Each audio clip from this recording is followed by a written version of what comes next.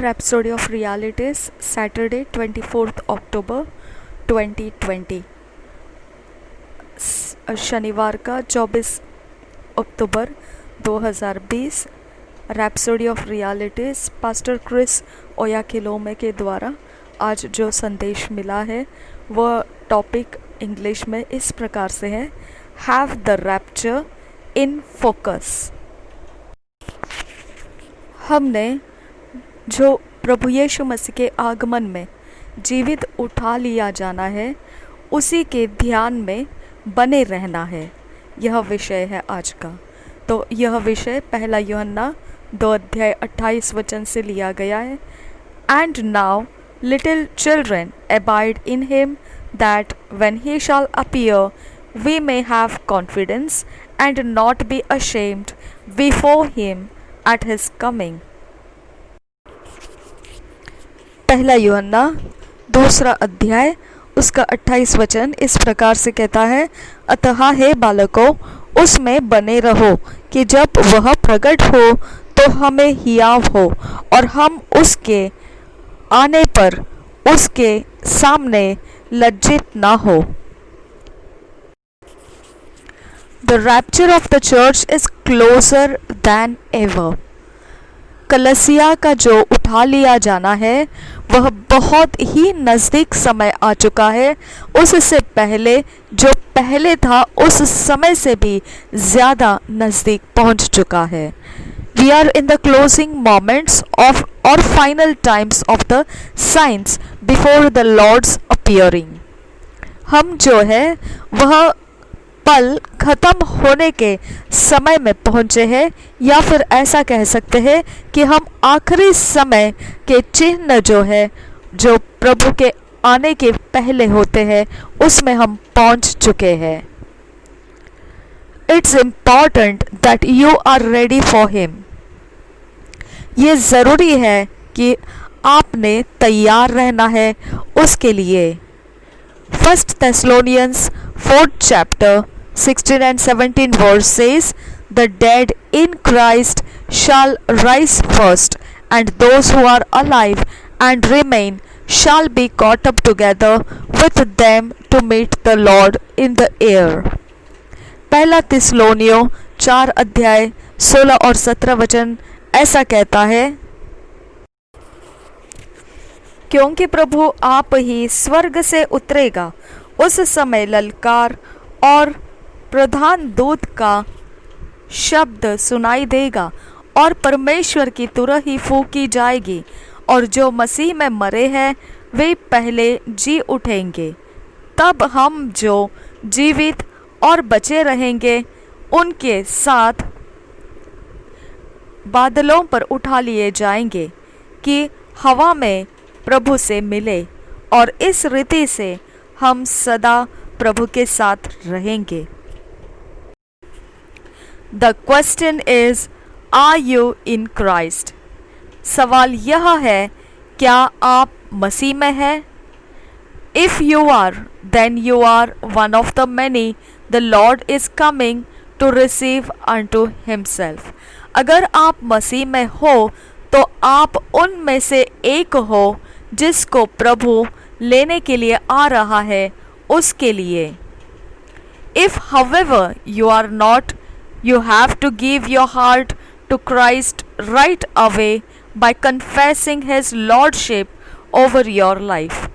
और अगर आप मसीह में नहीं हो तो आपको तुरंत आपका हृदय मसीह को सीधे तरह से दे देना है, यह कबूल करते हुए कि वही आपके जीवन के ऊपर प्रभु है। The Bible says Christ was once offered to bear the sins of many, and unto them that look for him shall he appear the second time without sin unto salvation। Hebrews 9:28। पवित्र Bible ऐसा बताती है इब्रानी के 9:28 में, वैसे ही मसीह भी बहुतों के पापों को उठा लेने के लिए एक बार बलिदान हुआ, और जो लोग उसकी बाट जोहते हैं उनके उद्धार के लिए दूसरी बार बिना पाप उठाए हुए दिखाई देगा। Acts 1:9-11 tells us about his ascension into heaven. प्रेरितों के काम 1:9-11 हमें यह बताता है कि जो स्वर्ग में प्रभु यीशु मसीह उठा लिया गया था। हम पढ़ेंगे इस वचन को हिंदी में। एक्ट्स 1:9-11 ऐसे बताता है, प्रभु यीशु मसीह स्वर्ग में उठा लिया गया है। And when he had spoken these things, while they beheld, he was taken up, and a cloud received him out of their sight.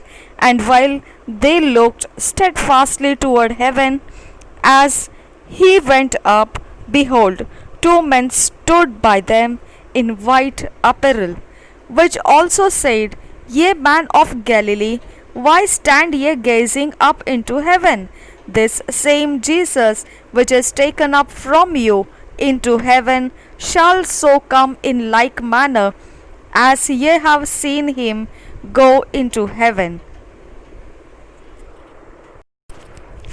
प्रेरितों के काम 1:9-11 यीशु मसीह के उठा लिए जाने के बारे में बताता है। यह कहकर वह उनके देखते देखते ऊपर उठा लिया गया और बादल ने उसे उनकी आंखों से छुपा लिया। उसके जाते समय जब वे आकाश की ओर ताक रहे थे, तो देखो, दो पुरुष श्वेत वस्त्र पहने हुए उनके पास आ खड़े हुए और उनसे कहा, हे गलीली पुरुषों, तुम क्यों खड़े आकाश की ओर देख रहे हो? यही यीशु जो तुम्हारे पास से स्वर्ग पर उठा लिया गया है, जिस रीति से तुमने उसे स्वर्ग को जाते देखा है, उसी रीति से वह फिर आएगा। While the disciples stood gazing in awe as he levitated, two angels appeared to them and said, This same Jesus who has been received from you into heaven will come back in the same way you have seen him go into heaven. This is the reason we are preaching the gospel around the world. अब यही कारण है कि हम सुसमाचार का प्रचार संपूर्ण जगत में किए जा रहे हैं। The whole world needs to know that the rapture of the church is imminent. The master is coming soon. संपूर्ण जगत को यह बात जानने की ज़रूरत है कि प्रभु यीशु मसीह जो स्वामी है जल्दी से आने वाला है और यह कलीसिया का उठा लिए जाने का एक अद्भुत समय होने वाला है और वह समय बहुत ही निकट है। He said in John 14:3, I will come again and receive you unto myself, that where I am, there ye may be also. प्रभु यीशु मसीह जो है वो स्वर्ग में उठा लिया जा रहा था और उसको प्रभु यीशु को उठा लिया जा रहा है, यह उसके चेलों ने देखा और यह बात प्रेरितों की पत्री पहले अध्याय 9-11 में लिखी हुई है। यह कहकर वह उनके देखते देखते ऊपर उठा लिया गया और बादल ने उसे उनकी आंखों से छिपा लिया। उसके जाते समय जब वे आकाश की ओर ताक रहे थे, तो देखो, दो पुरुष श्वेत वस्त्र पहने हुए उनके पास आ खड़े हुए और उनसे कहा, हे गलीली पुरुषों, तुम क्यों खड़े आकाश की ओर देख रहे हो? यही यीशु जो तुम्हारे पास से स्वर्ग पर उठा लिया गया है, जिस रीति से तुमने उसे स्वर्ग को जाते देखा है, उसी रीति से वह फिर आएगा। और फिर यूहन्ना के सुसमाचार 14:3 में ऐसा प्रभु यीशु मसीह ने कहा, और यदि मैं जाकर तुम्हारे लिए जगह तैयार करूं, तो फिर आकर तुम्हें अपने यहाँ ले जाऊंगा, कि जहाँ मैं रहूं वहाँ तुम भी रहो। The Apostle Peter, referring to the day of the Lord and the events that will herald his coming, said, "But the day of the Lord will come as a thief in the night, in the which the heavens shall pass away with a great noise, and the elements shall melt with fervent heat. The earth also and the works that are therein shall be burned up. Seeing then that all these things shall be dissolved, what manner of persons ought ye to be in all holy conversation and godliness?" प्रेरित पत्रस जो है वह भी चर्चा करते हुए प्रभु के दिन और घटनाओं के विषय में घोषणा करते हुए उसके आने के विषय में बताता है। दूसरे पत्रस 3 अध्याय 10 से 11 वचन में। दूसरा पत्रस 3 अध्याय 10 और 11 वचन। परंतु प्रभु का दिन चोर के समान आ जाएगा। उस दिन आकाश बड़ी हड़हड़ाहट के शब्द से जाता रहेगा और तत्व बहुत ही तप्त होकर पिघल जाएंगे और पृथ्वी और उस पर के काम जल जाएंगे। क्योंकि ये सब वस्तुएं इस रीति से पिघलने वाली है, तो तुम्हें पवित्र चाल चलन और भक्ति में कैसे मनुष्य होना चाहिए। Have the rapture in focus. Live every day as one expecting the master.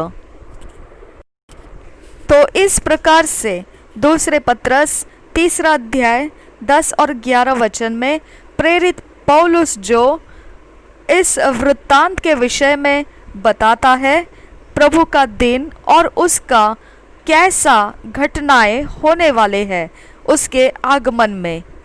तो आपको यह जानने के लिए दूसरा पत्रस 3 अध्याय 10 और 11 वचन ऐसा बताता है, परंतु प्रभु का दिन चोर के समान आ जाएगा। उस दिन आकाश बड़ी हड़हड़ाहट के शब्द से जाता रहेगा और तत्व बहुत ही तप्त होकर पिघल जाएंगे और पृथ्वी और उस पर के काम जल जाएंगे। जबकि ये सब वस्तुएं इस रीति से पिघलने वाली है, तो तुम्हें पवित्र चाल चलन और भक्ति में कैसे मनुष्य होना चाहिए।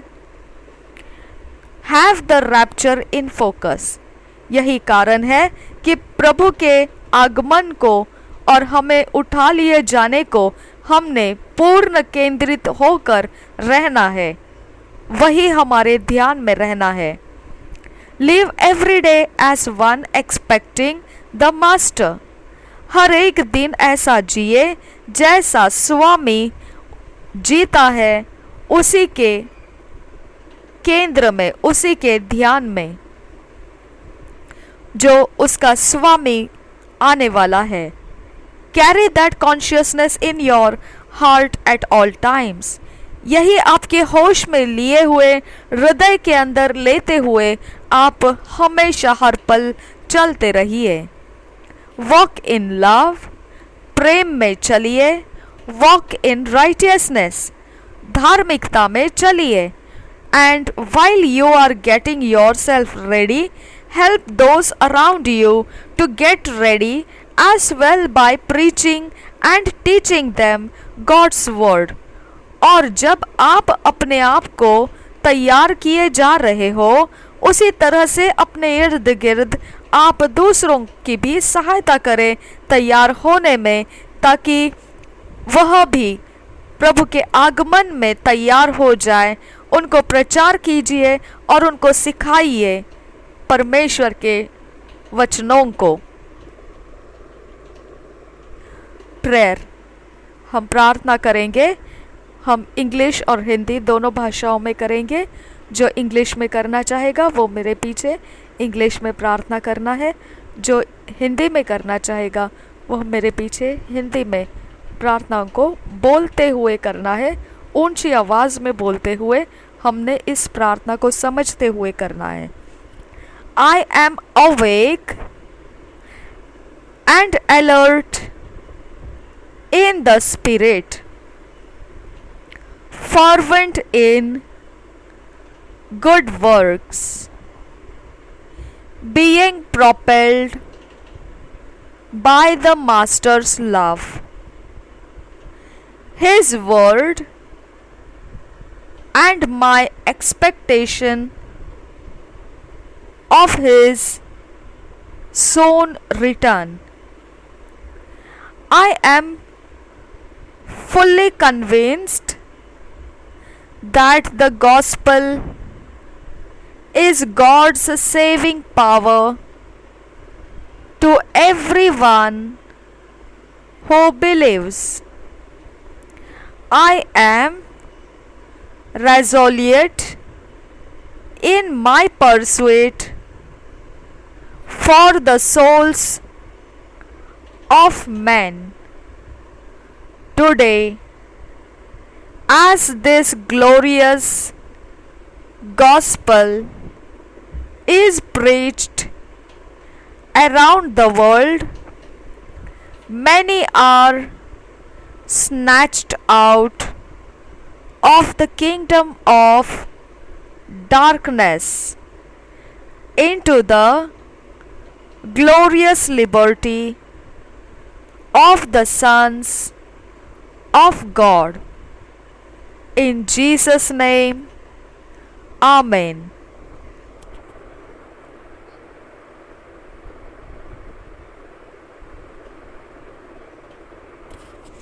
हमने हिंदी इस प्रार्थना को करना है।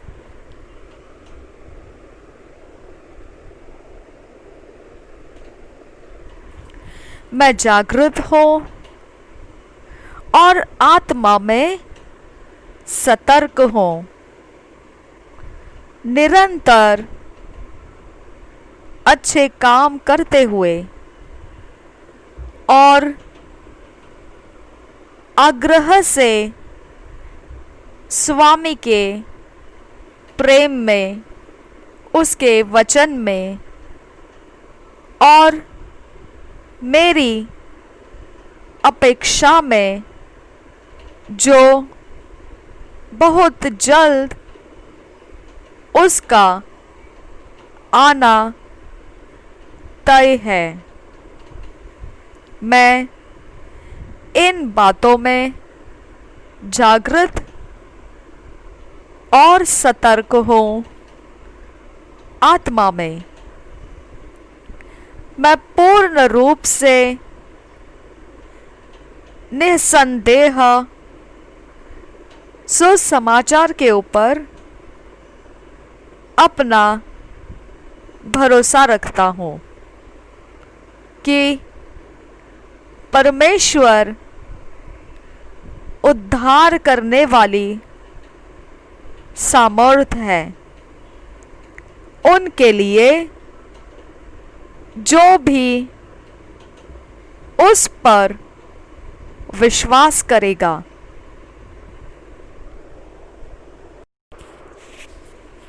मैं दृढ़ता से लक्ष्य के साथ ध्यान से केवल एक ही बात पर बना रहा कि मुझे मनुष्यों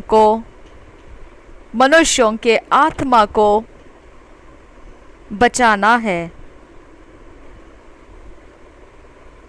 आज महिमा का सुसमाचार प्रचार करते हुए संपूर्ण जगत में जैसे ही यह महिमामय सुसमाचार संपूर्ण जगत में प्रचार हो रहा है, वैसे ही बहुतेरे अंधेरे के राज्य में से छीन कर बाहर निकाले जा रहे हैं। महिमामय स्वतंत्रता में जिसमें वह परमेश्वर के पुत्र में होंगे। प्रभु यीशु के नाम से आमीन। आज जो वचन दिया गया है Matthew 24:14, Romans 13th chapter 11 and 14, 11, 12, 13 and 14 words. पहले हम किंग जेम्स वर्शन में से पढ़ेंगे और फिर हम बीएसआई बाइबल हिंदी में से पढ़ेंगे। Matthew 24 chapter 14th verse, and this gospel of the kingdom shall he preached in all the world for a witness unto all nations, and then shall the end come। और राज्य का यह सुसमाचार सारे जगत में प्रचार किया जाएगा कि सब जातियों पर गवाही हो, तब अंत आ जाएगा। Romans 13 chapter 11 to 14th verse, Romans 13th chapter 11 to 14th verse,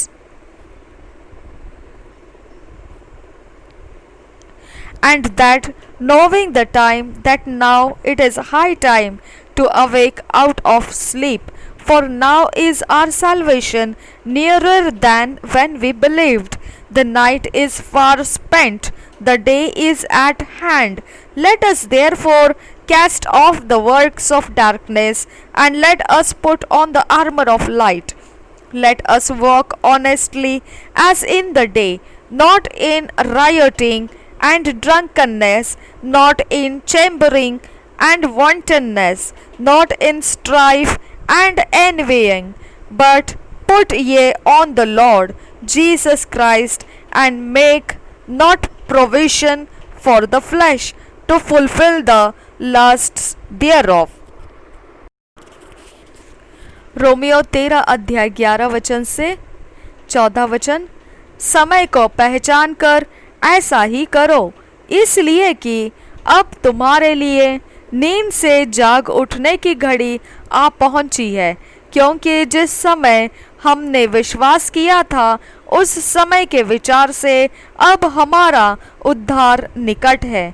रात बहुत बीत गई है और दिन निकलने पर है, इसलिए हम अंधकार के कामों को त्याग कर ज्योति के हथियार बांध ले। जैसा दिन को शोभा देता है वैसा ही हम सीधी चाल चले, न कि लीला क्रीड़ा और पियक्कड़पन में, न व्यभिचार और लुचपन में, और न झगड़े और डाह में, वरन प्रभु यीशु मसीह को पहन लो और शरीर की अभिलाषाओं को पूरा करने का उपाय न करो। एक साल का बाइबल रीडिंग प्लान जो है 1 year Bible reading plan, 1 Timothy 6 chapter 1 to 21 verse and Jeremiah 15 chapter 16 chapter. एक साल के बाइबल रीडिंग प्लान में पहला तिमोथियोस 6 अध्याय 1 से 21 वचन और यरमिया 15 से 16, 15 अध्याय और 16 अध्याय। हम पहले किंग जेम्स वर्शन में से पढ़ेंगे, फिर हम बीएसआई बाइबल में से पढ़ेंगे। 1 Timothy 6 chapter 1 to 21 verse. Introduction दिया है, the duty of servants, the love of money, advice to Timothy. First verse से पढ़ेंगे, let as many servants as are under the yoke count their own masters worthy of all honor, that the name of God and his doctrine be not blasphemed. And they that have believing masters, let them not despise let them not despise them, because they are brethren, but rather do them service, because they are faithful and beloved, partakers of the benefit. These things teach and exhort. If any man teach otherwise, and consent not to wholesome words, even the words of our Lord Jesus Christ, and to the doctrine which is according to godliness, he is proud, knowing nothing, but doing but dotting about questions and strifes of words, whereof cometh envy, strife, railings, evil surmisings, perverse disputings of men of corrupt minds, and destitute of the truth, supposing that gain is godliness. From such withdraw thyself. But godliness with contentment is great gain. For we brought nothing into this world, and it is certain we can carry nothing out. And having food and raiment, let us be therewith content. But they that will be rich fall into temptation and a snare, and into many foolish and hurtful lusts, which drown men in destruction and perdition. For the love of money is the root of all evil, which while some coveted after, they have erred from the faith, and pierced themselves through with many sorrows. But thou, O man of God, flee these things, and follow after righteousness, godliness, faith, love, patience, meekness. Fight the good fight of faith. Lay hold on eternal life, whereunto thou art also called, and hast professed a good profession before many witnesses. I give thee charge in the sight of God, who quickeneth all things, and before Christ Jesus, who before Pontius Pilate witnessed a good confession, that thou keep this commandment without spot, unrebukable, until the appearing of our Lord Jesus Christ, which in his times he shall shew, who is the blessed and only potentate, the King of kings and Lord of lords, who only hath immortality, dwelling in the light, which no man can approach unto.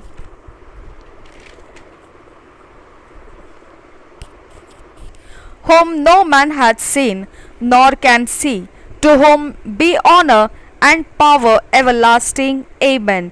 Charge them that are rich in this world, that they be not high-minded, nor trust in uncertain riches, but in the living God, who giveth us richly all things to enjoy, that they do good, that they be rich in good works, ready to distribute, willing to communicate, laying up in store for themselves a good foundation against the time to come, that they may lay hold on eternal life. O Timothy, keep that which is committed to thy trust, avoiding profane and vain babblings and oppositions of conscience, falsely so called, which some professing have, old concerning the faith. Grace be with thee. Amen. The first to Timothy was written from Laodicea, which was the chiefest city of Phrygia, Pacatiana. पहला तिमोथियुस 6 अध्याय पहले वचन से पढ़ेंगे।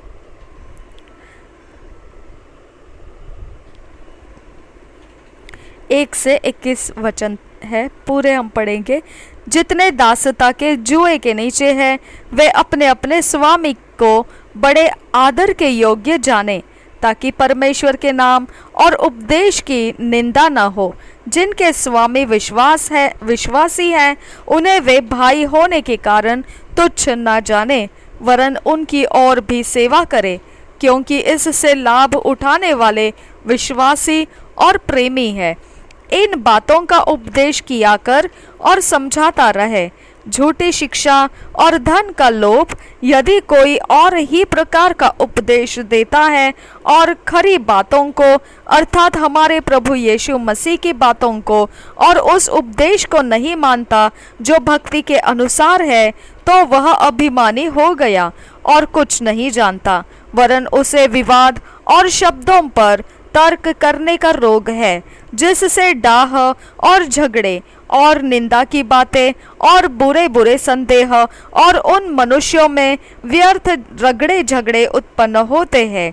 जिनकी बुद्धि बिगड़ गई है और वे सत्य से विहीन हो गए हैं, जो समझते हैं कि भक्ति कमाई का द्वार है, पर संतोष सहित भक्ति बड़ी कमाई है। क्योंकि न हम जगत में कुछ लाए हैं और न कुछ ले जा सकते हैं। यदि हमारे पास खाने और पहनने को है हो तो इन्हीं पर संतोष करना चाहिए, पर जो धनी होना चाहते हैं वे ऐसी परीक्षा और फंदे और बहुत सी व्यर्थ और हानिकारक लालसाओं में फंसते हैं, जो मनुष्यों को बिगाड़ देती है और विनाश के समुद्र में डुबा देती है।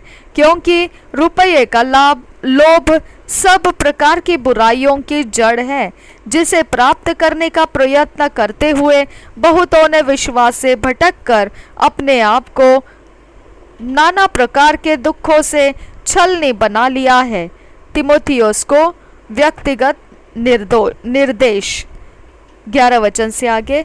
पर हे परमेश्वर के जन, तो इन बातों से भाग और धर्म, भक्ति, विश्वास, प्रेम, धीरज और नम्रता का पीछा कर। विश्वास की अच्छी कुश्ती लड़ और उस अनंत जीवन को धर ले जिसके लिए तू बुलाया गया और बहुत से गवाहों के सामने अच्छा अंगीकार किया था। मैं तुझे परमेश्वर को, जो सब को जीवित रखता है, और मसीह यीशु को गवाह करके, जिसने पुन्तियुस पिलातुस के सामने अच्छा अंगीकार किया, यह आज्ञा देता हो कि तू हमारे प्रभु यीशु मसीह के प्रकट होने तक इस आज्ञा को निष्कलंक और निर्दोष रख, जिसे वह ठीक समय पर दिखाएगा, जो परम धन्य और एकमात्र अधिपति और राजाओं का राजा और प्रभुओं का प्रभु है, और अमरता केवल उसी की है, और वह अगम्य ज्योति में रहता है, और न उसे किसी मनुष्य ने देखा और न कभी देख सकता है। उसकी प्रतिष्ठा और राज्य युगानुयुग रहेगा। आमीन। इस संसार के धनवानों को आज्ञा दे कि वे अभिमानी न हो और चंचल धन पर आशा न रखे, परंतु परमेश्वर पर, जो हमारे सुख के लिए सब कुछ बहुतायत से देता है, वे भलाई करे और भले कामों में धनी बने और उदार और सहायता देने में तत्पर हो, और आगे के लिए एक अच्छी नींव डाल रखे कि सच्चे जीवन को वश में कर ले। हे तिमोथियुस, इस धरोहर की रखवाली कर, और जिस ज्ञान को ज्ञान कहना ही भूल है, उसके अशुद्ध बकवाद और विरोध की बातों से परे रहे।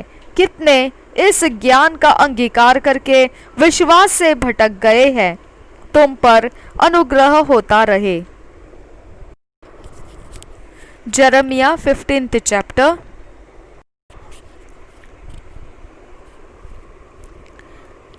Utter rejection and manifold judgments of the Jews, Jeremiah receives a gracious promise for himself and a threatening for them. First verse से पढ़ेंगे। Then said the Lord unto me, though Moses and Samuel stood before me, yet my mind could not be toward this people.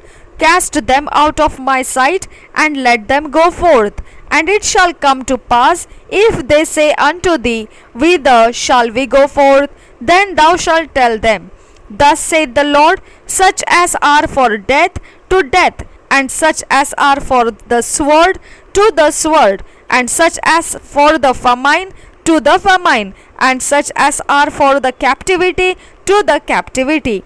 And I will appoint over them 4 kinds, saith the Lord, the sword to slay, and the dogs to tear, and the fowls of the heaven, and the beasts of the earth to devour and destroy. And I will cause them to be removed into all kingdoms of the earth, because of Manasseh the son of Hezekiah, king of Judah, for that which he did in Jerusalem. For who shall have pity upon thee, O Jerusalem? Or who shall bemoan thee? Or who shall go aside to ask how thou doest? Thou hast forsaken me, saith the Lord. Thou art gone backward, Therefore will I stretch out my hand against thee, and destroy thee. I am weary with repenting, and I will fan them with a fan in the gates of the land. I will bereave them of children. I will destroy my people, since they return not from their ways. Their widows are increased to me above the sand of the seas. I have brought upon them against the mother of the young men a spoiler at noonday. I have caused him to fall upon it suddenly, and terrors upon the city. She that hath borne 7 languisheth, she hath given up the ghost, her son is gone down. While it was yet day, she hath been ashamed and confounded, and the residue of them will I deliver to the sword before their enemies, saith the Lord. Woe is me, my mother, that thou hast borne me a man of strife and a man of contention to the whole earth. I have neither lent on usury, nor men have lent to me on usury. Let every one of them doeth curse me. The Lord said, Verily it shall be well with thy remnant. Verily I will cause the enemy to entreat thee well in the time of evil, and in the time of affliction. Shall iron break the northern iron, and the steel thy substance, and thy treasures will I give to the spoil without price, and that for all thy sins, even in all thy borders. And I will make thee to pass with thine enemies into a land which thou knowest not. For a fire is kindled in mine anger, which shall burn upon you. O Lord, thou knowest, remember me, and visit me, and revenge me of my persecutors. Take me not away in thy long suffering. Know that for thy sake I have suffered rebuke. Thy words were found, and I did eat them, and thy word was unto me the joy and rejoicing of mine heart. For I am called by thy name, O Lord God of hosts. I sat not in the assembly of the mockers, nor rejoiced. I sat alone because of thy hand, for thou hast filled me with indignation. Why is my pain perpetual, and my wound incurable, which refuseth to be healed? Wilt thou be altogether unto me as a liar, and as waters that fail? Therefore thus saith the Lord, If thou return, then will I bring thee again, and thou shalt stand before me. And if thou take forth the precious from the vial, thou shalt be as my mouth. Let them return unto thee, but return not thou unto them. And I will make thee unto this people a fenced brazen wall, and they shall not prevail against thee. For I am with thee to save thee, and to deliver thee, saith the Lord. And I will deliver thee out of the hand of the wicked, and I will redeem thee out of the hand of the terrible. Chapter 16. By two types the utter ruin of the Jews is foreshown. Their return from captivity is stranger than their deliverance out of Egypt. By two types the utter ruin of the Jews is foreshown. Their return from captivity stranger than their deliverance out of Egypt. यह इसका introduction है. हम पहले verse से पढ़ेंगे. The word of the Lord came also unto me, saying, Thou shalt not take thee a wife, neither shalt thou have son or daughters in this place. For thus saith the Lord concerning the sons and concerning the daughters that are born in this place, and concerning their mothers that bear them. and concerning their fathers that begat them in this land. They shall die of grievous deaths. They shall not be lamented, neither shall they buried, but they shall be as dung upon the face of the earth, and they shall be consumed by the sword and by famine, and their carcasses shall be meat for the fowls of heaven and for the beasts of the earth. For thus saith the Lord, enter not into the house of mourning, neither go to lament nor bemoan them. For I have taken away my peace from this people, saith the Lord, even loving kindness and mercies. Both the great and the small shall die in this land. They shall not be buried, neither shall men lament for them, nor cut themselves, nor make themselves bald for them.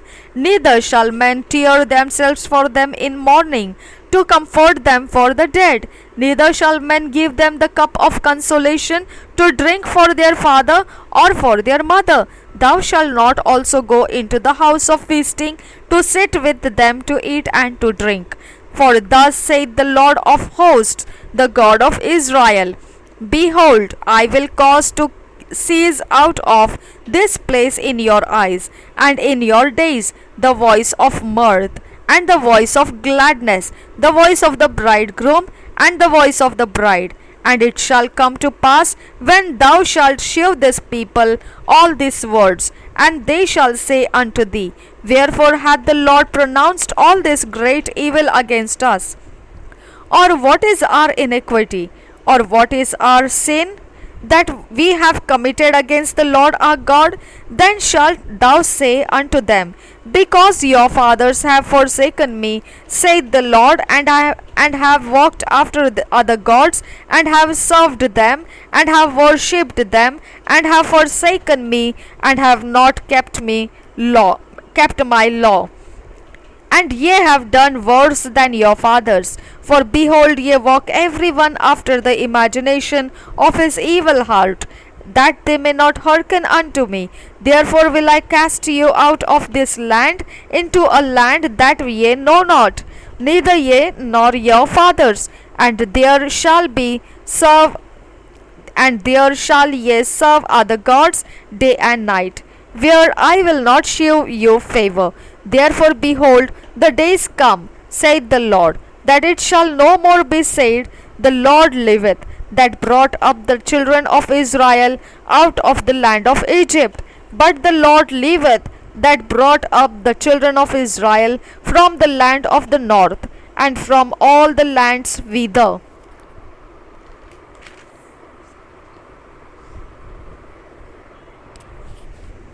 whither he had driven them, and I will bring them again into their land that I gave unto their fathers.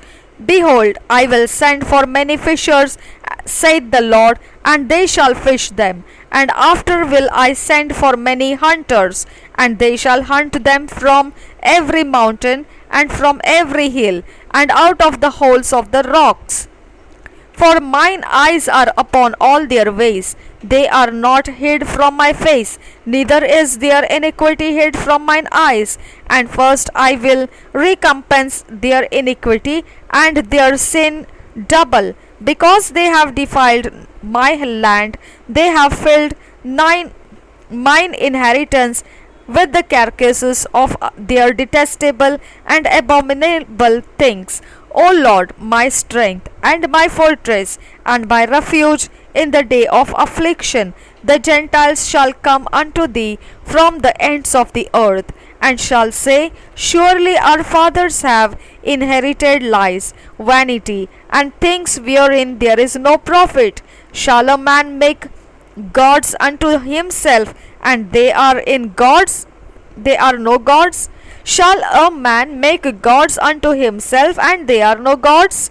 Therefore, behold, I will this once cause them to know, I will cause them to know mine hand and mine might, and they shall know that my name is the Lord. यिर्मयाह की भविष्यवाणी 15 अध्याय पहले वचन से पढ़ेंगे। यहूदा के लोगों का पूर्ण त्याग। फिर यहोवा ने मुझसे कहा, यदि मूसा और शमूएल भी मेरे सामने खड़े होते तो भी मेरा मन इन लोगों की ओर न फिरता। इनको मेरे सामने से निकाल दो कि वे निकल जाए। यदि वे तुझसे पूछे हम कहाँ निकल जाए तो कहना, यहोवा यूं कहता है, जो मरने वाले हैं वे मरने को चले जाए, जो तलवार से मरने वाले हैं वे तलवार से मरने को, जो अकाल से मरने वाले हैं वे अकाल से मरने को, और जो बंदी बनने वाले हैं वे बंधुआई में चले जाएं। मैं उनके विरुद्ध 4 प्रकार के विनाश ठहराऊंगा, मार डालने के लिए तलवार, फाड़ डालने के लिए कुत्ते, नीच डालने के लिए आकाश के पक्षी, और नोच डालने के लिए आकाश के पक्षी, और फाड़ कर खाने के लिए धरती के हिंसक जंतु। यहोवा की यह वाणी है। यह हिजकिय्याह के पुत्र यहूदा के राजा मनश्शे के उन कामों के कारण होगा जो उसने यरूशलेम में किए हैं, और मैं उन्हें ऐसा करूंगा कि वे पृथ्वी के राज्य राज्य में मारे मारे फिरेंगे। हे यरूशलेम, तुझ पर कौन तरस खाएगा और कौन तेरे लिए शोक करेगा? कौन तेरा कुशल पूछने को तेरी ओर मुड़ेगा? यहोवा की यह वाणी है कि तू मुझको त्याग कर पीछे हट गई है, इसलिए मैं तुझ पर हाथ बढ़ाकर तेरा नाश करूंगा, क्योंकि मैं तरस खाते खाते उकता गया हूँ। मैंने उनको देश के फाटकों में सूप से फटक दिया है। उन्होंने कुमार्ग को नहीं छोड़ा, इस कारण मैंने अपनी प्रजा को निर्वंश कर दिया और उनका नाश भी किया है। उनकी विधवाएं मेरे देखने में समुद्र की बालू के किनकों से अधिक हो गई है। उनके जवानों की माताओं के विरुद्ध दोपहर ही को मैंने लुटेरों को ठहराया है। मैंने उनको अचानक संकट में डाल दिया और घबरा दिया है। 7 लड़कों की माता भी बेहाल हो गई और प्राण भी छोड़ दिया। उसका सूर्य दोपहर ही को अस्त हो गया, उसकी आशा टूट गई और उसका मुंह काला हो गया। जो रह गए हैं उनकी भी मैं शत्रुओं की तलवार से मरवा डालूंगा, उनको भी मैं शत्रुओं की तलवार से मरवा डालूंगा। यहोवा की यही वाणी है। यिर्मयाह का विलाप 10 वचन से आगे। हे मेरी माता, मुझ पर हाय कि तूने मुझे जैसे मनुष्य को उत्पन्न किया, जो संसार भर से झगड़ा और वाद विवाद करने वाला ठहरा है। न तो मैंने ब्याज के लिए रुपये दिए और न किसी से उधार लिए हैं, तो भी लोग मुझे कोसते हैं। यहोवा ने कहा, निश्चय मैं तेरी भलाई के लिए तुझे दृढ़ करूंगा। विपत्ति और कष्ट के समय मैं शत्रु से भी तेरी विनती कराऊंगा। क्या कोई पीतल या लोहा अर्थात उत्तर दिशा का लोहा तोड़ सकता है? तेरे सब पापों के कारण जो सर्वत्र देश में हुए हैं, मैं तेरी धन संपत्ति और खजाने बिना दाम दिए लुट जाने दूंगा। मैं ऐसा करूंगा कि वह शत्रुओं के हाथ ऐसे देश में चला जाएगा जिसे तू नहीं जानती है, क्योंकि मेरे क्रोध की आग भड़क उठी है और वह तुमको जलाएगी। हे यहोवा, तू तो जानता है। मुझे स्मरण कर और मेरी सुधि लेकर मेरे सताने वालों से मेरा पलटा ले। तू धीरज के साथ क्रोध करने वाला है, इसलिए मुझे न उठा ले। तेरे ही निमित्त मेरी नामधराई हुई है। जब तेरे वचन मेरे पास पहुँचे तब मैंने उन्हें मानो खा लिया, और तेरे वचन मेरे मन के हर्ष और आनंद का कारण हुए। क्योंकि हे सेनाओं के परमेश्वर यहोवा, मैं तेरा कहलाता हूँ। तेरी छाया मुझ पर हुई। मैं मन बहलाने वालों के बीच बैठकर प्रसन्न नहीं हुआ। तेरे हाथ के दबाव से मैं अकेला बैठा, क्योंकि तूने मुझे क्रोध से भर दिया था। मेरी पीड़ा क्यों लगातार बनी रहती है?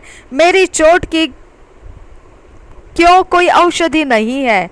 क्या तू सचमुच मेरे लिए धोखा देने वाली नदी और सूखने वाले जल के समान होगा? यह सुनकर यहोवा ने यो कहा, यदि तू फिरे तो मैं फिर से तुझे अपने सामने खड़ा करूंगा। यदि तू अनमोल को कहे और निकम्मे को न कहे, तब तू मेरे मुख के समान होगा।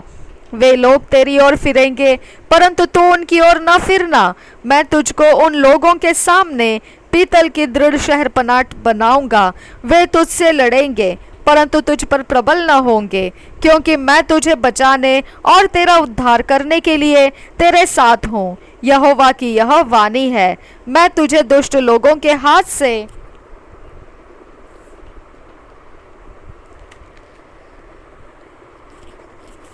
बचाऊंगा और उपद्रवी लोगों के पंजे से छुड़ा लूंगा। यरूशलेम के लिए परमेश्वर की इच्छा। 16 अध्याय पहले वचन से पढ़ेंगे। यहोवा का यह वचन मेरे पास पहुंचा, इस स्थान में विवाह करके बेटे बेटियां मत जन्मा, क्योंकि जो बेटे बेटियां इस स्थान में उत्पन्न न हो और जो माताएं उन्हें जने और जो पिता उन्हें इस देश में जन्माए, उनके विषय यहोवा यूं कहता है, वे बुरी बुरी बीमारियों से मरेंगे। उनके लिए कोई छाती न पीटेगा, न उनको मिट्टी देगा। वे भूमि के ऊपर खाद के समान पड़े रहेंगे। वे तलवार और महंगी से मर मिटेंगे और उनके शव आकाश के पक्षियों और मैदान के पशुओं का आहार होंगे। यहोवा ने कहा, जिस घर में रोना पीटना हो उसमें न जाना, न छाती पीटने के लिए कहीं जाना और न इन लोगों के लिए शोक करना, क्योंकि यहोवा की यह वाणी है कि मैंने अपनी शांति और करुणा और दया इन लोगों पर से उठा ली है। इस कारण इस देश के छोटे बड़े सब मरेंगे, न तो इनको मिट्टी दी जाएगी, न लोग छाती पीटेंगे, न अपना शरीर चीरेंगे और न सिर मुंडाएंगे। इनके लिए कोई शोक करने वालों को रोटी न बांटेगा कि शोक में उन्हें शांति दे, और न लोग पिता या माता के मरने पर किसी को शांति के लिए कटोरे में दाख मधु पिलाएंगे।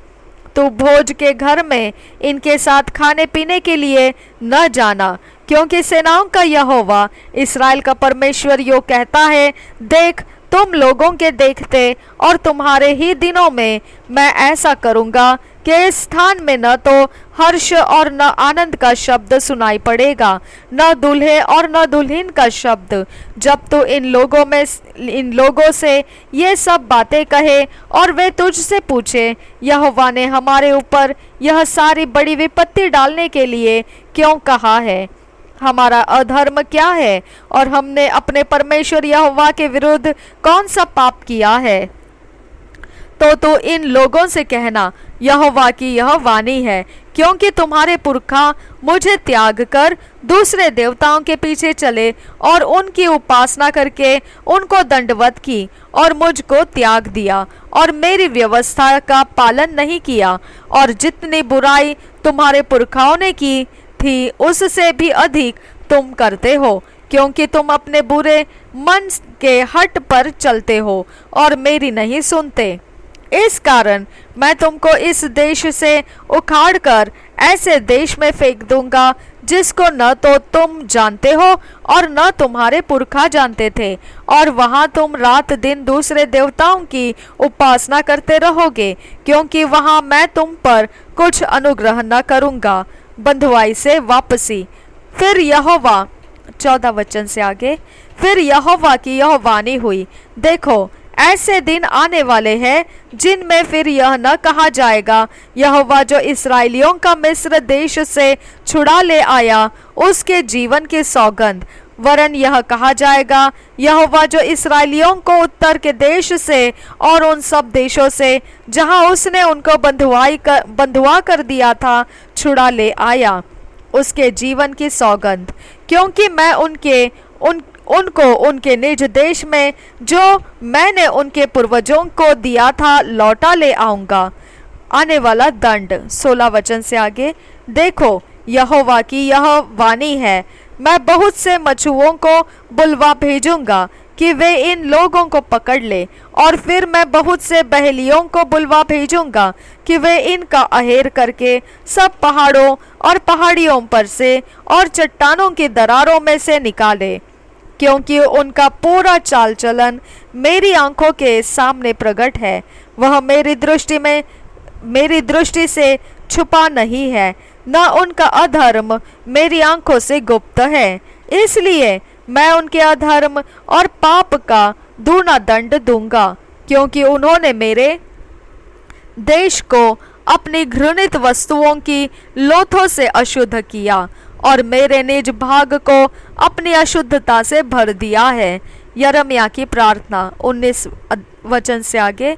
हे यहोवा, हे मेरे बल और दृढ़ गढ़, संकट के समय मेरे शरण स्थान, जाति जाति के लोग पृथ्वी के चारों ओर से तेरे पास आकर कहेंगे, निश्चय हमारे पुरखा झूठी, व्यर्थ और निष्फल वस्तुओं को अपनाते आए हैं। क्या मनुष्य ईश्वरों को बनाए? नहीं, वे ईश्वर नहीं हो सकते। इस कारण एक बार मैं इन लोगों को अपना भुजबल और पराक्रम दिखाऊंगा और वे जानेंगे कि मेरा नाम यहोवा है। 2 ईयर बाइबल रीडिंग प्लान में हेब्रियोस 12th चैप्टर 1 to 13 वर्स और एजेकियल 23rd चैप्टर। 2 साल के बाइबल रीडिंग प्लान में इब्रानी की पत्री 12 अध्याय 1 से 13 वचन और यहेजकियल की भविष्यवाणी 23 अध्याय। हम पढ़ेंगे इंग्लिश में फिर हिंदी में। Hebrews chapter 12 1 to 13 verse. Exhortation to faith and godliness। First verse से पढ़ेंगे। Wherefore seeing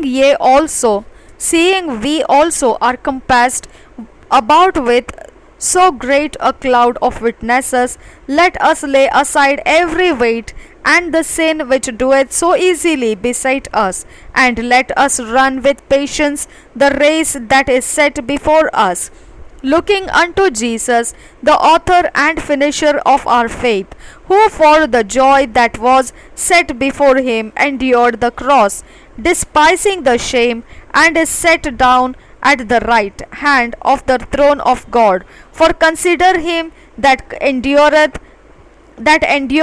such contradiction of sinners against himself, lest ye be wearied and faint in your minds.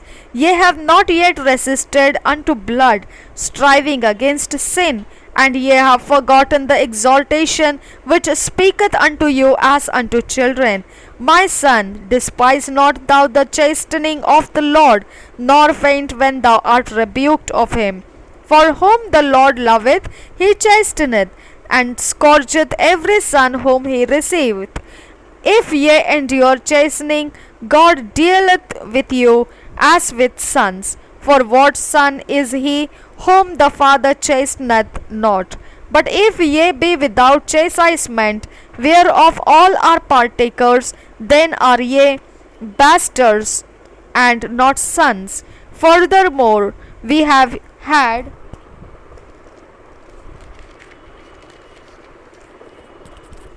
fathers of our flesh which corrected us, and we gave them reverence. Shall we not much rather be in subjection unto the Father of spirits and live?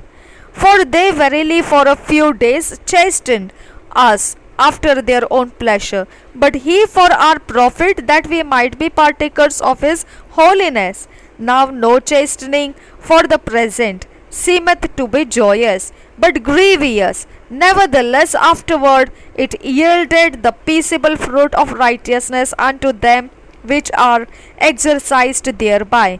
Wherefore lift up the hands which hang down, and the feeble knees, and make straight paths for your feet, lest that which is lame be turned out of the way, but let it rather be healed. इब्रानी की पत्री 12 अध्याय 1 से 13 वचन तक पढ़ेंगे। परमेश्वर पिता द्वारा ताड़ना। इस कारण जबकि गवाहों का ऐसा बड़ा बादल हमको घेरे हुए है, तो आओ हर एक को रोकने वाली वस्तु और उलझाने वाले पाप को दूर करके वह दौड़ जिसमें हमें दौड़ना है धीरज से दौड़े, और विश्वास के कर्ता और सिद्ध करने वाले यीशु की ओर ताकते रहे, जिसने उस आनंद के लिए जो उसके आगे धरा था लज्जा की कुछ चिंता न करके क्रूस का दुख सहा और परमेश्वर के सिंहासन की दाहिनी ओर जा बैठा। इसलिए उस पर ध्यान करो जिसने अपने विरोध में पापियों का इतना विरोध सह लिया कि तुम निराश होकर साहस न छोड़ दो। तुमने पाप से लड़ते हुए उससे ऐसी मुठभेड़ नहीं की कि तुम्हारा लहू बहा हो, और तुम उस उपदेश को जो तुमको पुत्रों के समान दिया जाता है भूल गए हो। हे मेरे पुत्र, प्रभु की ताड़ना को हल्की बात न जान, और जब वह तुझे घुड़के तो साहस न छोड़, क्योंकि प्रभु जिससे प्रेम करता है उसकी ताड़ना भी करता है, और जिसे पुत्र बना लेता है उसको कोड़े भी लगाता है। तुम दुख को ताड़ना समझकर सह लो, परमेश्वर तुम्हें पुत्र जानकर तुम्हारे साथ बर्ताव करता है। वह कौन सा पुत्र है जिसकी ताड़ना पिता नहीं करता?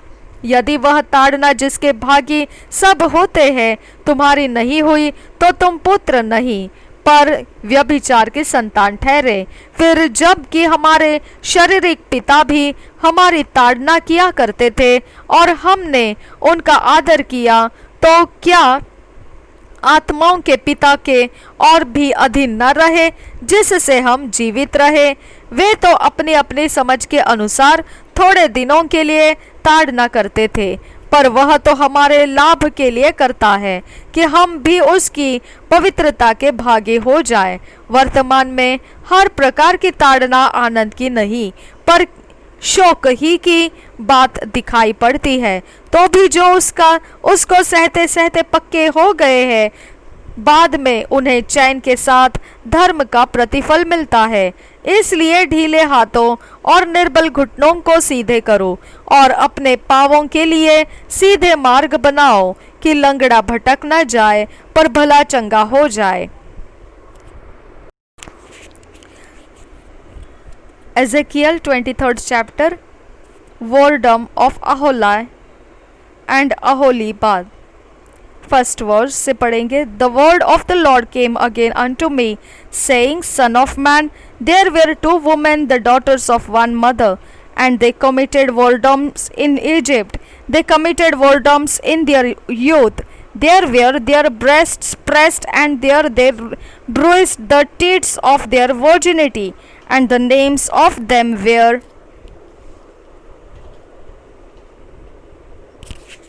Aholah the elder, and Aholibah her sister, and they were mine, and they bare sons and daughters. Thus were their names: Samaria is Aholah, and Jerusalem Aholibah.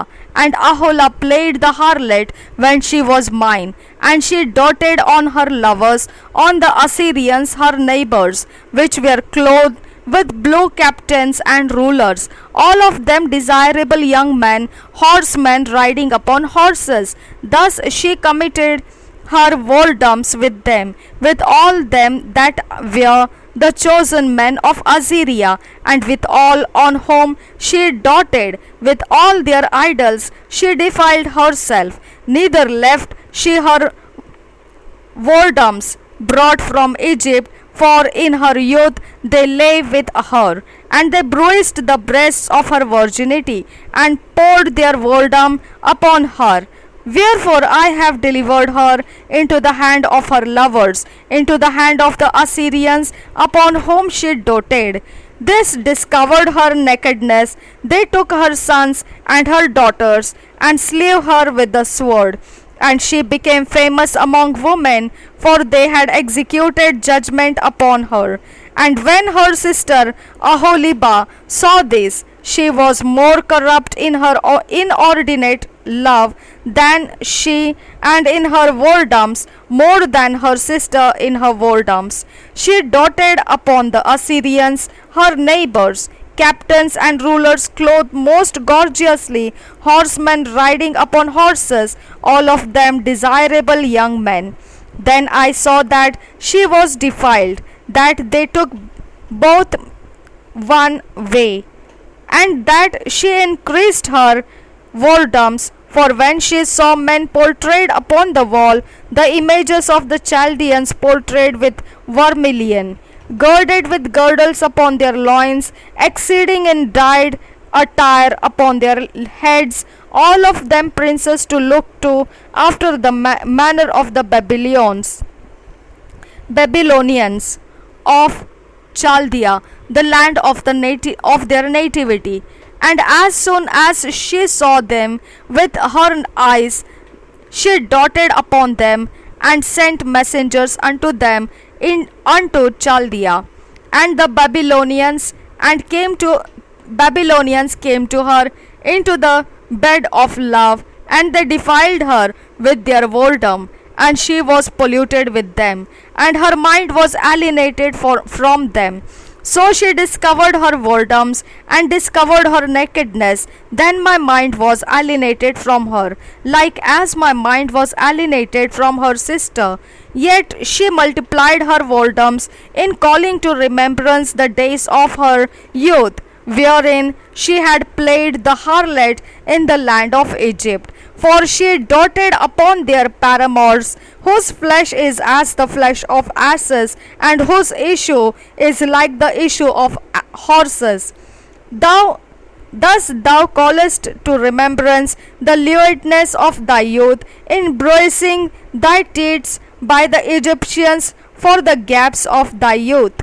Therefore, O Aholibah, thus saith the Lord God, behold, I will rise up thy lovers against thee, from whom thy mind is alienated, and I will bring them against thee on every side, the Babylonians and all the Chaldeans, Pekod and Showa and Kova, and all the Assyrians with them, all of them desirable young men, captains and rulers, great lords and renowned, all of them riding upon horses. And they shall come against thee with chariots, wagons, and wheels, and with an assembly of people, which shall set against thee buckler and shield and helmet round about. And I will set judgment before them, and they shall judge thee according to their judgments. And I will set my jealousy against thee, and they shall deal furiously with thee. They shall take away thy nose and thine ears, and thy remnant shall fall by the sword. They shall take thy sons and thy daughters, and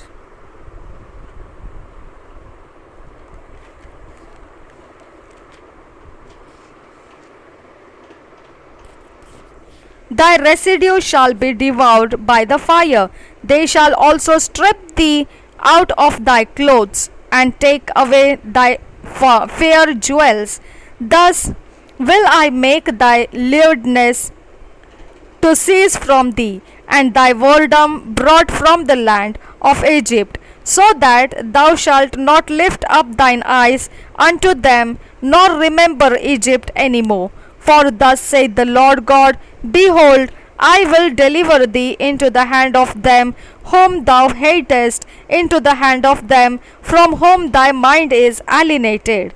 And they shall deal with thee hatefully, and shall take away all thy labor, and shall leave thee naked and bare. And the nakedness of thy whoredoms shall be discovered, both thy lewdness and thy whoredoms. I will do these things unto thee, because thou hast gone a warring after the heathen, and because thou art polluted with their idols. Thou hast walked in the way of thy sister. Therefore will I give her cup into thine hand. Thus saith the Lord God, thou shalt drink of thy sister's cup deep and large. Thou shalt be laughed to scorn, and had in derision. It containeth much. Thou shalt be filled with drunkenness and sorrow, with the cup of astonishment and desolation, with the cup of thy sister Samaria. Thou shalt even drink it and suck it out, and thou shalt break the sherds therefore, and pluck off thine own breasts, for I have spoken it, saith the Lord God. Therefore thus saith the Lord God, because thou hast forgotten me, and cast me behind thy back, therefore Bear thou also thy lewdness and thy whoredoms. The Lord said moreover unto me, Son of man, wilt thou judge Aholah and Aholibah? Yea, declare unto them their abominations, that they have committed adultery, and blood is in their hands, and with their idols have they committed adultery, and have also caused their sons, whom they bear unto me, to pass for them through the fire to devour them. Moreover, this they have done unto me, they have defiled my sanctuary in the same day, and have profaned my Sabbaths. For when they had slain their children to their idols, then they came to same day into my sanctuary to profane it. And lo, thus have they done in the midst of mine house. And furthermore, that ye have sent for men to come from far, unto whom a messenger was sent, and lo, they came for whom thou didst wash thyself, paintest thy eyes, and deckest thyself with ornaments, and sittest upon a stately bed, and a table prepared before it, whereupon thou hast set mine incense and mine oil, and a voice of a multitude being at ease was with her.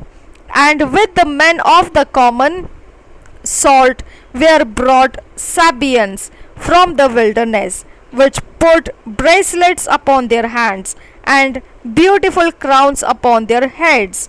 Then said I unto her, that was old in adulteries, will they now commit whoredoms with her, and she with them? Yet they went in unto her as they go in unto a woman that playeth the harlot. So went they in unto Aholah and unto Aholibah, the lewd woman.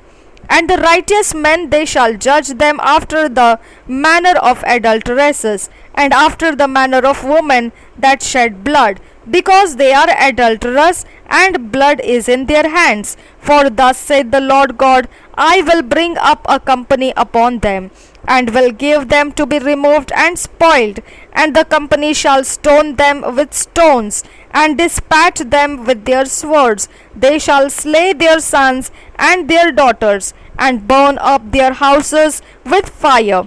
Thus will I cause lewdness to cease out of the land, that all the women may be taught not to do after your lewdness, and they shall recompense your lewdness upon you, and ye shall bear the sins of your idols, and ye shall know that I am the Lord God.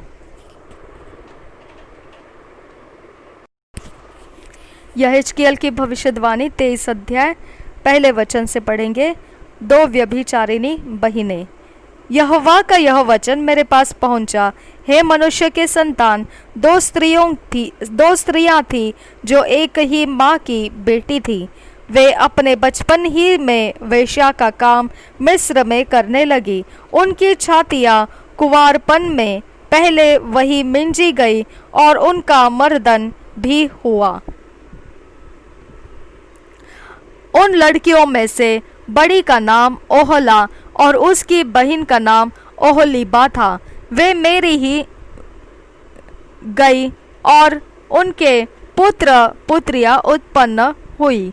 उनके नामों के अनुसार ओहला तो शमरोन और Oholibah यरूशलेम है। ओहला जब मेरी थी तब ही व्यभिचारिणी होकर अपने मित्रों पर मोहित होने लगी, जो उसके पड़ोसी अशूरी थे। वे तो सब के सब नीले वस्त्र पहनने वाले मन भावने जवान अधिपति और प्रधान थे, और घोड़ों पर सवार थे। इसलिए उसने उन्हीं के साथ व्यभिचार किया, जो सब के सब सर्वोत्तम अशूरी थे, और जिस किसी पर वह मोहित हुई उसी की मूर्तों से वह अशुद्ध हुई। जो व्यभिचार उसने मिस्र में सीखा था उसको भी उसने न छोड़ा, क्योंकि बचपन में मनुष्यों ने उसके साथ कुकर्म किया और उसकी छातियाँ मिंजी, और तन मन से उसके साथ व्यभिचार किया गया था। इस कारण मैंने उसको उन्हीं अश्शूरी मित्रों के हाथ कर दिया, अश्शूरी मित्रों के हाथ कर दिया जिन पर वह मोहित हुई थी। उन्होंने उसको नंगी किया, उसके पुत्र पुत्रियां छीनकर उसको तलवार से घात किया। इस प्रकार उनके हाथ से दंड पाकर वह स्त्रियों में प्रसिद्ध हो गई। उसकी बहन ओहोलीबा ने यह देखा तो भी वह मोहित होकर व्यभिचार करने में अपनी बहन से भी अधिक बढ़ गई। वह अपने अश्शूरी पड़ोसियों पर मोहित होती थी, जो सब के सब अति सुंदर वस्त्र पहनने वाले और घोड़ों के सवार, मन भावने, जवान, अधिपति और सब प्रकार के प्रधान थे।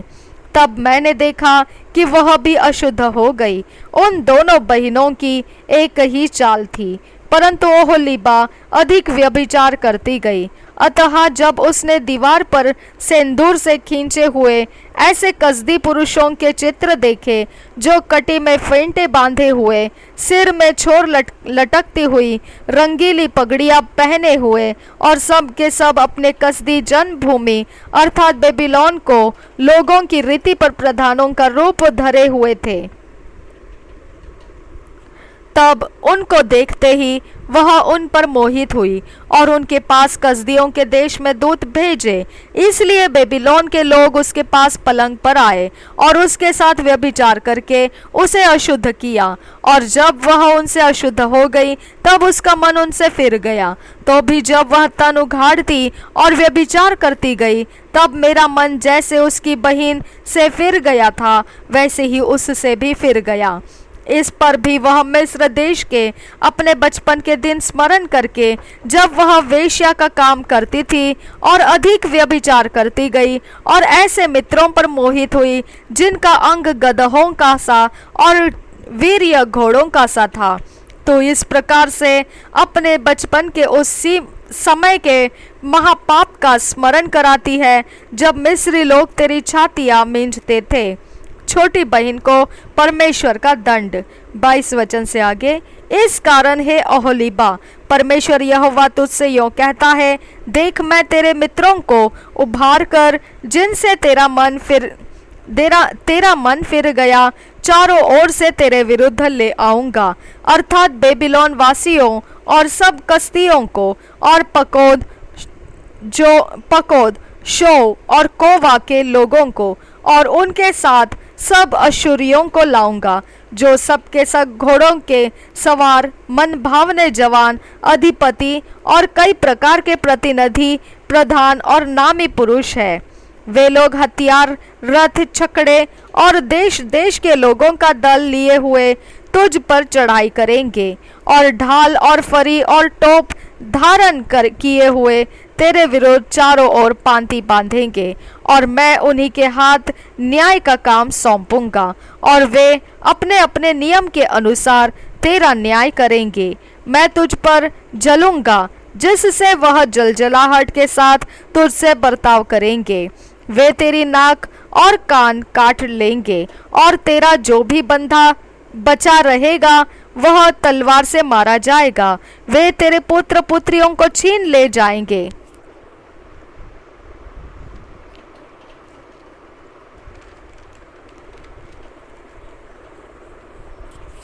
और तेरा जो भी बचा रहेगा वह आग से भस्म हो जाएगा।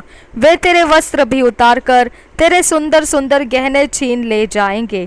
इस रीति से मैं तेरा महापाप और जो वेश्या का काम तूने मिस्र देश में सीखा था उसे भी तुझसे छुड़ाऊंगा, यहाँ तक कि तू अपनी आंख उसकी ओर न लगाएगी और न मिस्र देश को फिर स्मरण करेगी।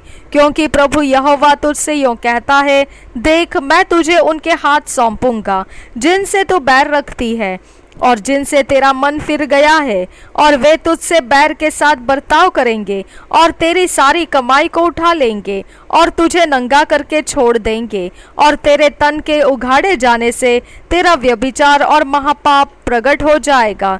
ये काम तुझसे इस कारण किए जाएंगे क्योंकि तू अन्य जातियों के पीछे व्यभिचारिणी के समान हो गई और उनकी मूर्तें पूजकर अशुद्ध हो गई है। तू अपनी बहन की लीक पर चली है। इस कारण मैं तेरे हाथ में उसका सा कटोरा दूंगा। प्रभु यहोवा यूं कहता है, अपनी बहन के कटोरे से तुझे पीना पड़ेगा, जो गहरा और चौड़ा है। तू हंसी और ठट्टों में उड़ाई जाएगी, क्योंकि उस कटोरे में बहुत कुछ समाता है। तू मतवालेपन और दुख से छक जाएगी। तू अपने बहन शमरोन के कटोरे को अर्थात विस्मय और उजाड़ को पीकर छक जाएगी। उसमें से तू गार गार कर पिएगी और उसके ठिकरों को भी चबाएगी और अपनी छातियां बायल करेगी, क्योंकि मैं ही ने ऐसा घायल करेगी, क्योंकि मैं ही ने ऐसा कहा है।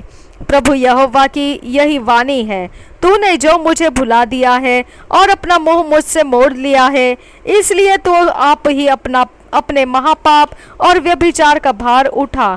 परमेश्वर यहोवा का यही वचन है। दोनों बहनों को परमेश्वर का दंड। 36 वचन से आगे, यहोवा ने मुझसे कहा, हे मनुष्य के संतान, क्या तू ओहोला और ओहोलीबा का न्याय करेगा? तो फिर उसके घिनौने काम उन्हें जता दे, क्योंकि उन्होंने व्यभिचार किया है और उनके हाथों में खून लगा है, और उन्होंने अपने मूर्तों के साथ व्यभिचार किया और अपने बच्चों को जो मुझसे उत्पन्न हुए थे उन मूर्तों के आगे भस्म होने के लिए चढ़ाए हैं।